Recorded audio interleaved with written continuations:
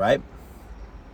If I go to the States once and I save all of my money to go watch, I don't know, LeBron James or something, right, in LA. I finally have enough money to go and watch him, and he's resting for load management, and that's quite possibly the only time I'll ever see him in my life, like live, then yeah, heck yeah, I'm gonna be pissed off. Especially if it's only for rest. Like, if he was injured, fair enough, can't help injuries. But like, if you're doing it because this is the second game of a back-to-back, like, come on now. Like, as a fan, I'm disappointed. It's like, bro, you get paid millions and millions of dollars a year. You get $1 million. You spend $1 million on your body every year. You can't play this game. You know what I mean? And then at the same time, they're very human, right? So I understand, like, hey, man, sometimes you gotta rest. So there's like there's like a balance that you need to keep there, right? Don't rest too many games, but every game should count, right? Sorry, I'll play it again.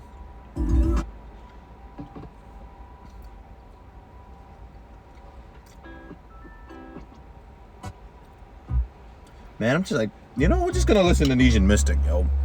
Because Nesian Mystic absolutely bops. I legit had load management. Also, the regular season is so important. Yeah, that's the thing. Once you get to a certain point and you've clinched your playoff spot, then it's all moot, right? Like, now you can rest your stars so you can keep them healthy for the playoffs and stuff to contend for the chip. And then you're like, man, like, I only get one chance to see you, LeBron, and I don't even get to see you. You know what I mean?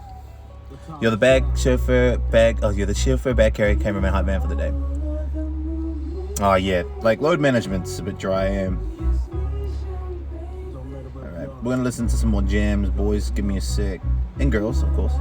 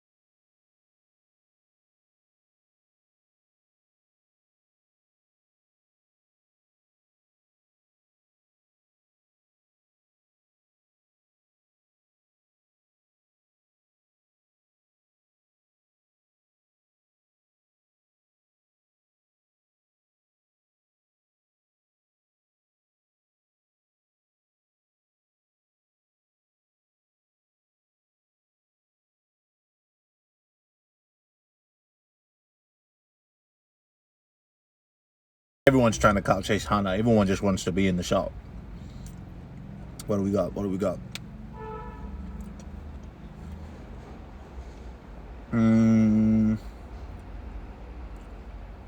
Let's listen to some more Nesian Mystic, eh? Because Nesian Mystic Bob.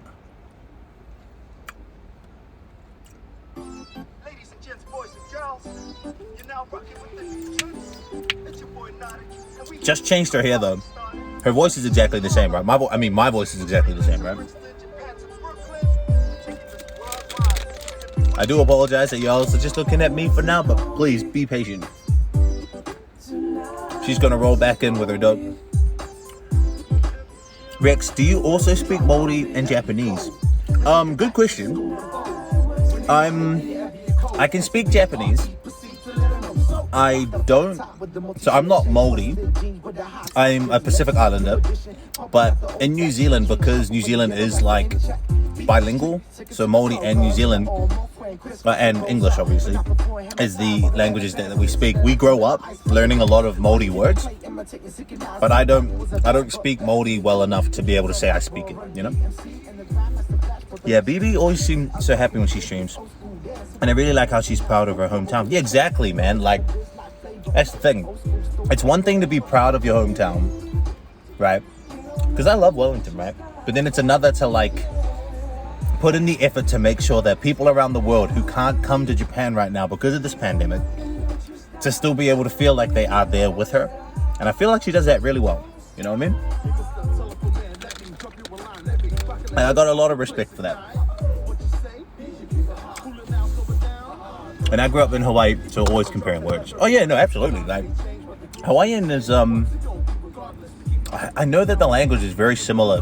Like, all of the Pacific Island languages are very similar to each other. They all have like one or two sounds that are slightly different, but they are very similar. Like, I know that.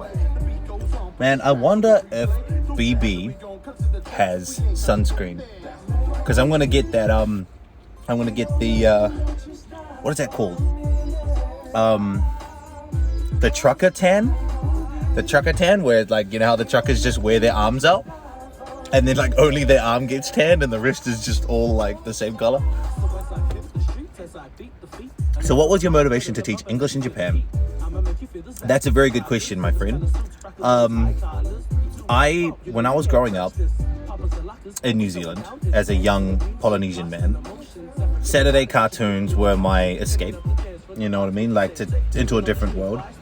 And the more I like watched anime and like Sailor Moon and Dragon Ball Z and all that sort of stuff, the more I thought to myself, because I wasn't like a particularly bright kid, but like the more I thought to myself that like content and like anime and movies, books and everything, they're all different based on who made it, right? Like the people that are making it. But there was a consistent theme with Japanese people, like with Japanese anime, like Pokemon and stuff like that, all had a very similar style.